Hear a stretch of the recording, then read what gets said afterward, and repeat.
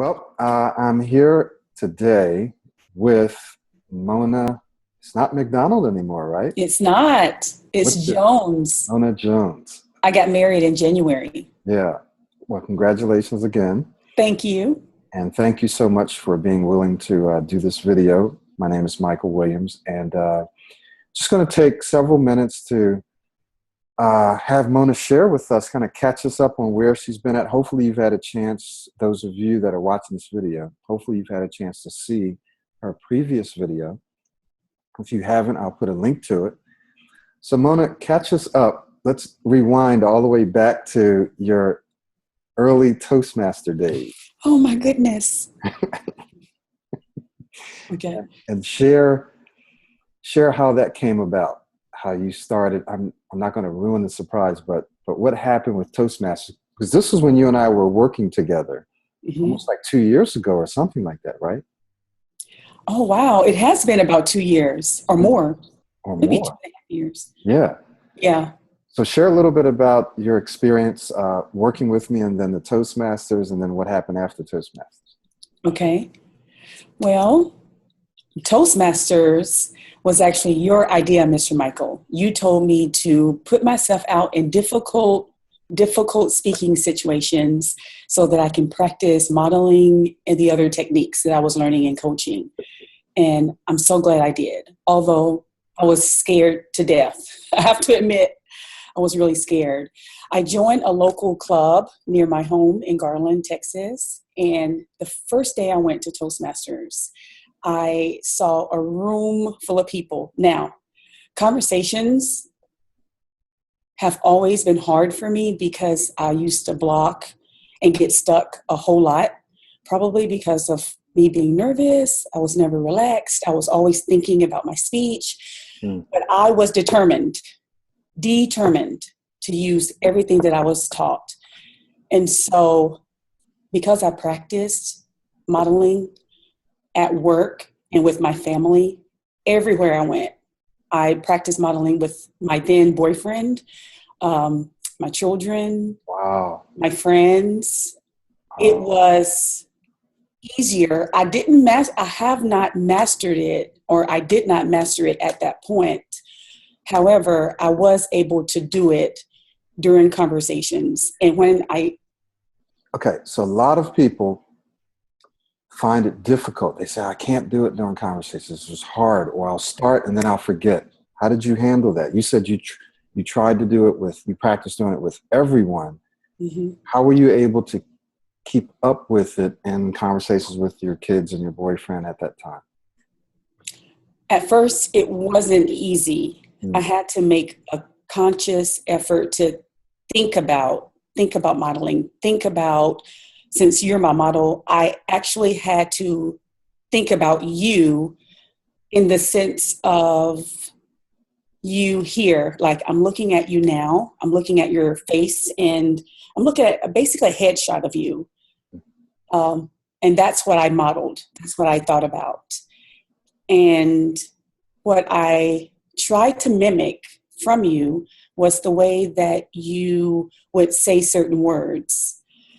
Let's say a person came up to me and said, "Hello, who are you? My name is Sue Jones." I would say, before I said anything, I would think about you and thought about how you would introduce yourself. And I would act like that I'm you. And so I would say the words as if I was you, and it would come out fluently. So I would say, "Hello, my name is Mona McDonald. It's good to meet you," because that's how you would say it. Does that make sense? Perfect sense. Yeah. Okay. So for those of you listening, I want you to really listen to everything that Mona is saying about what she did in the moment. It didn't take a long time, right? Like, someone comes up to you and you instantly pull up that picture. So first you had to be determined, I'm going to model all the time. Yes. Then every time you go speak, boom, you pull up that picture and you say, okay, and then you just do it. And this happens in a moment, right? In a second. It does. Okay. And I want to share with everyone about my speech journey. what I did before I started modeling was I listened to your videos and I listened to your audio tapes. I even dreamed about what you were talking about. I literally dreamed about what you were talking about because I listened to them so much. And I believe that was a part of my success too. And then after you taught me how to model and you broke down the different components, I dreamed about that too. And I dreamed about me being in front of people, me acting like you, talking to people the way you would. I know it sounds kind of weird, but because I immersed myself and because it was so embedded in my brain, I dreamed about it. Therefore, I believe that that's how it was a little bit easier modeling and following the techniques, because I constantly thought about it and I constantly made an effort to do it. Yes. Yeah. Oh, that's awesome. That's beautiful. So take us forward now into the Toastmasters. Tell us about what happened in Toastmasters and then what happened after that. You also got into this other kind of contest. Yeah. It's crazy. I thought that after I learned how to model and after I learned all the techniques of speaking, I thought, okay, I will never be nervous because after all, I'm fluent. Well, that was wrong. I was nervous. But the funny, I say funny, the most amazing thing happened when they called up my name. First, they gave an introduction, and then they called up my name for me to go up front to do my speech. Immediately, when I was sitting in the chair, watching the person introduce me, my mind flipped on to you.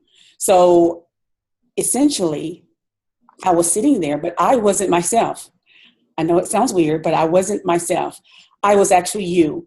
And because I've seen so many videos of you talking to the camera from your head down to your leg area, I mimicked the way you held your arms, the way you looked at people, the way you moved your head, even your mouth and your eyes. Because sometimes you blink slowly like this, like that.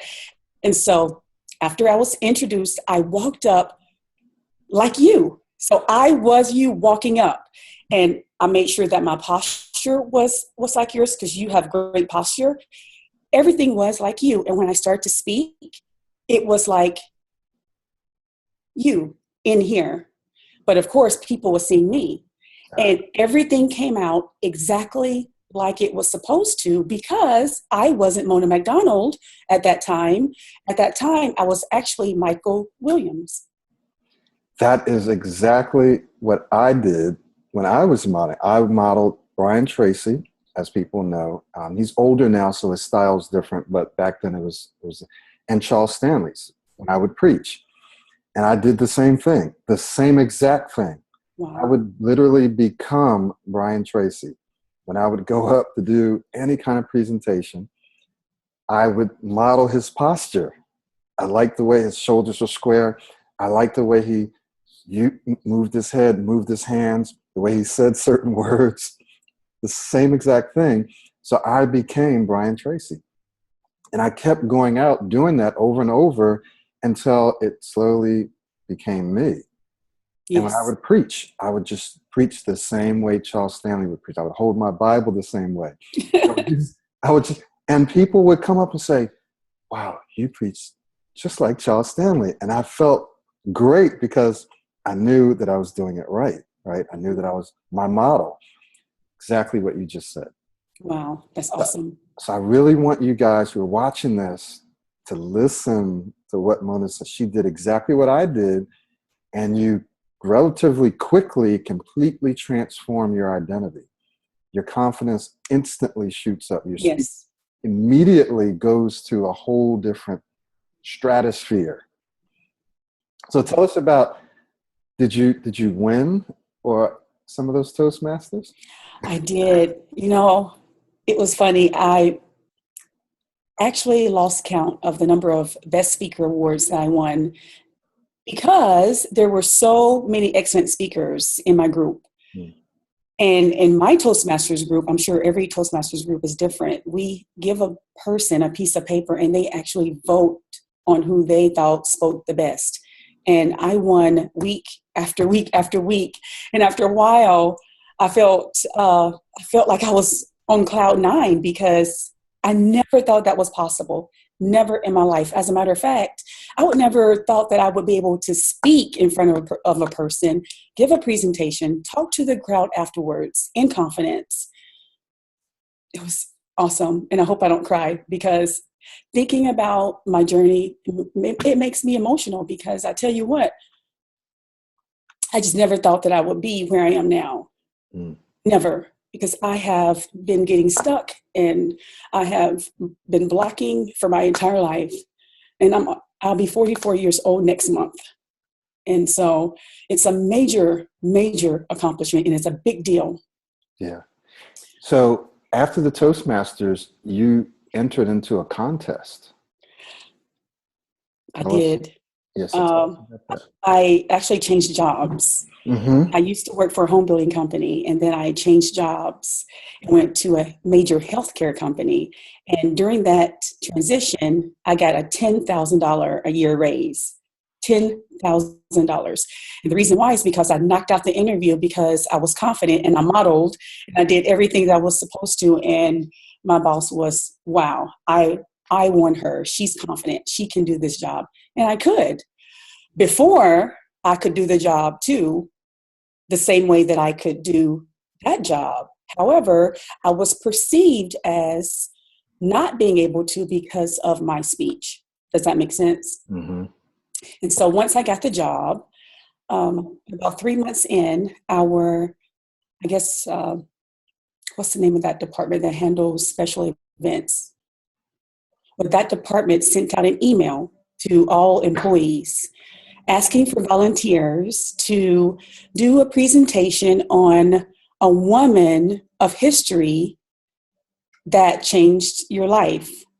And so I chose Mahalia Jackson. So Mahalia Jackson, for those of you who don't know, is a world famous gospel singer. Mm-hmm. She passed away in the 1960s or 1970s, I believe. She has in my opinion, a wonderful voice. And so I immediately started working on the presentation. Fast forward, the time of the event came. Everybody was there. The auditorium was packed. And there were about 13 speakers that was going to present. And the award was a $250 gift certificate to a major retail store. And so I wanted that gift certificate. Let me tell you what I did when I got up to speak. I was the first speaker. I wasn't planning on being the first speaker. To me, in my opinion, working in corporate America and hearing lots of speakers, if you're the first speaker, you set the stage. I mean, you set the standard, because everyone else has to beat you, in my opinion.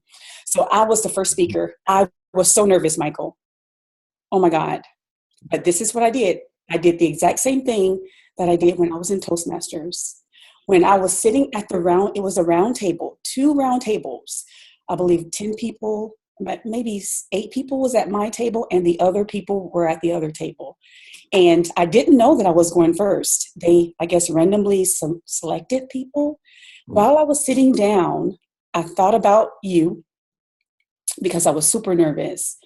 And I thought about how you would react. And I made sure that I monitored my breathing, and I made sure that I was relaxed. Because in coaching, you taught about being relaxed. Don't rush.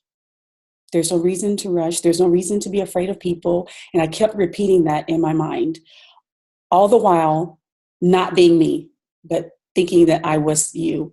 And when they announced the order of speakers, and I found out that I was number 1, I had to really, really concentrate. Okay, I am confident because I'm Michael Williams. I'm Mona McDonald, but I'm Michael Williams. And so when I walked up, same stance, same posture, same facial expression, relaxed arms, and I took the microphone and I began to speak. And boy, did I speak. As a matter of fact, once I finished speaking, the entire room stood up and applauded. Right then, I knew that I didn't know that I would win, because there was a lot of great speakers. I mean, it was 13 speakers in all. However, I did know that I did an amazing job. Right. So So what happened? Did I talk too much? I'm So very who won? long-winded. Um, I just felt like I was talking a lot. Yeah. I did an amazing job. And when I walked off of the stage, I can remember the way I was feeling. So when I walked off the stage, I was no longer you. See, I could turn it on and off. Mm. And I was sitting down as they announced the second speaker, and I got really emotional. I mean, tears were actually filling my eyes, but I held back, and I got a napkin and I wiped, and I listened to the other speakers haphazardly because I was still thinking about how awesome I did. So at the end of everything, and there were judges, I forgot to mention, judges like vice presidents, executive vice presidents, major executives who was judging these speakers. And they went backwards. They announced the third place, second place, and then first place. So I didn't make the third place. And I said, well, you know what? Because other speakers did very, very well. Second place, my name wasn't called. And I said, you know what? Even if I don't win, this is me thinking all of this while sitting down at the table. And I said, you know what? Even if I don't win, at least I put myself out there in a difficult speaking situation, and I can only get better, is what I thought. And they announced the first place, and they called my name. And it was like, have you ever been in a situation where,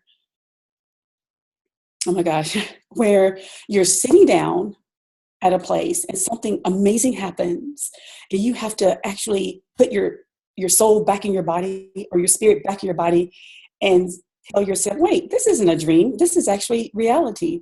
So when they called my name, I said, did they just call my name?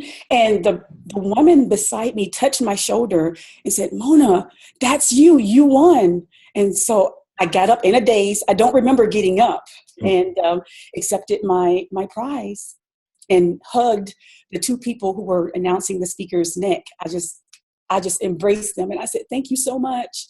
And so that's how that happened. But I only won that speaking engagement because I made sure that I practiced modeling. And I honestly believe that if I had not made myself model, and if I had not practiced it every single speaking engagement and allow it to be embedded in my brain, even when talking to my children, I mean, every person that I spoke with, I modeled. I would not have been able to confidently stood up there and give that presentation about Mahalia Jackson. I just don't believe it. Wow, that's incredible. So if we fast forward then, you took another job with even greater speaking responsibilities. So tell us about this job and how you feel there and all of that. Well, I decided to change careers. I've been an executive assistant all my life, over 20 years. And although I love the field, I'm great at what I do, I believe that I was led to do something different, especially knowing that I can speak in front of people and knowing that I was a superior speaker and confident and can do anything. I really believe that I can do anything. After all of these speaking successes at Toastmasters and other speaking engagements and talking to other people, I was just feeling like, wow, people want to listen to me. And so after that, I accepted a position at another healthcare company, another role in talent acquisition.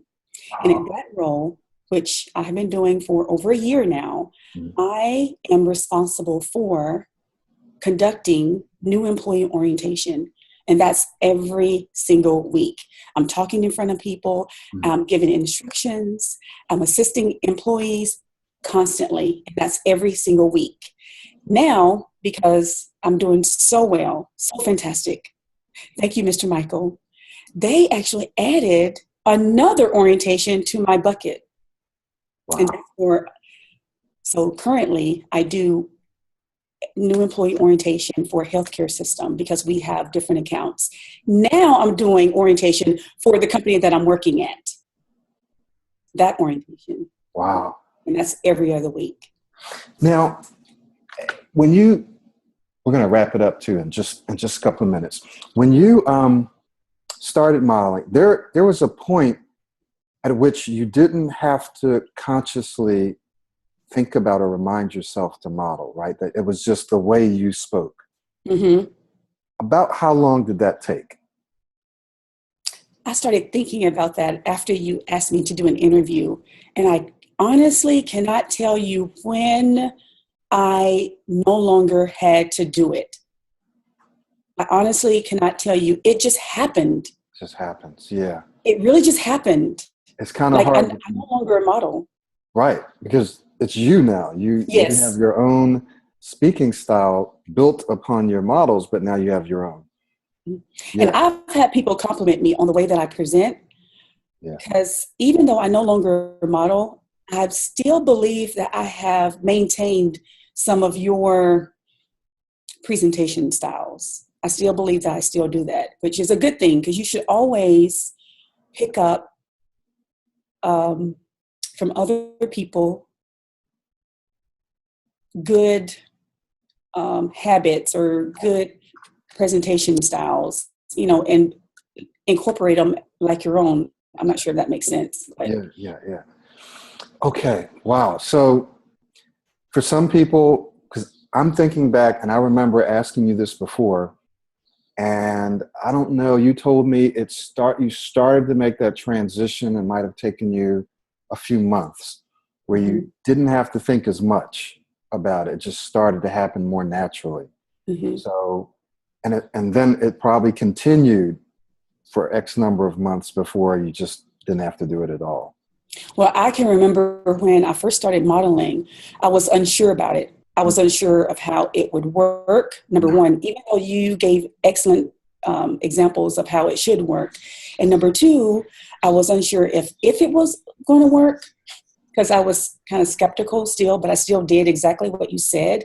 And number three, I was unsure if I would still get stuck or blocked. So I was really nervous. And so when I first started modeling, it was at work, because I was encountering difficult speaking situations. Yeah. And I didn't do it perfectly then, because I didn't do it consistently until I realized, okay, this is real. I have to do it. I have to model every single time. And so I made myself do it.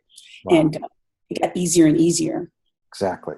So I want those of you watching this to understand that you want to immerse yourself. You want to try to do it every time, all the time, that it will get easier. It does work. One of my clients who lives down in Australia, she says it's like magic. You just, It is. like magic, right? You instantly change. And it's extremely powerful. When you model, you're doing all of the skills, all of the techniques, all the tools without having to think about them all. You just think about your model. You have to practice modeling so that you can make a mental imprint, right, of your model. You listen to it, you practice it, you watch it, and then you have to do it exactly like you just did. So now it's some 2.5 years later, and you're doing even better. The reason I'm saying that is because there are people who go through programs, probably even mine, who after they go through, they stop. And just like you learn a new language and then you don't use it, you're going to regress, right? You got to use it. And that's what you've been doing. You've been putting yourself in career positions and public speaking opportunities where you're using what you've learned, and now you've gotten better. Mm-hmm. And you'll continue to get better. Yes. And even though, and I know we're running short on time, but I just have to say this. Just the other day, today's what, Thursday? On Tuesday, I listened to your passive learning when I was on my way to work, because it's so wonderful. All of the things that you're saying on the passive learning, I listened to it because it reminds me of who I am, that I'm no longer that person who gets stuck, although I don't view myself like that anymore. It's always good to, well, for me, I always try to learn continually. And I really think that the materials that you put out really, really work. And like I said, I've tried lots of things, even the audio ear thing. Delayed auditory. Yeah, yeah. We're going to talk about some of that maybe in another interview. We're going to do some other things in other interviews. But yeah, we definitely have to wrap up because I actually have an appointment. But Mona, thank you so much. Any last, not last words, but last words for this interview, things that you might want to say to encourage people as we wrap up? I have so much to say, but I'll make it short. For those of you who are watching and you're doubting the power of modeling or maybe never even tried it, hopefully this interview clears things up a lot. And I encourage you to please model. Don't try to model, do it. Model in every speaking situation. If you have children, model with them. If you're married or dating someone, model with them. I know it will be a challenge at first, but I promise you, if you make a conscious effort and every time you open your mouth, you're thinking that you're your model. It may be Mr. Michael, it may be someone else, but whoever you study or whoever's videos you watch constantly, act like that you are them. And I guarantee you, your speech will improve if you do it consistently, and don't give up. Thank you so much, Mona. So you're going to be seeing and hearing more of Mona in our Facebook group, and we're going to be doing some other things together. I think you're going to pop in and help us out with some of our boot camps. So thank you. You're always inspiring. I'm so excited. Thank you for asking me to interview with you. Yeah, it's wonderful. So we will talk to you later, Mona. Thank you again. Okay. You're welcome. Bye, everyone.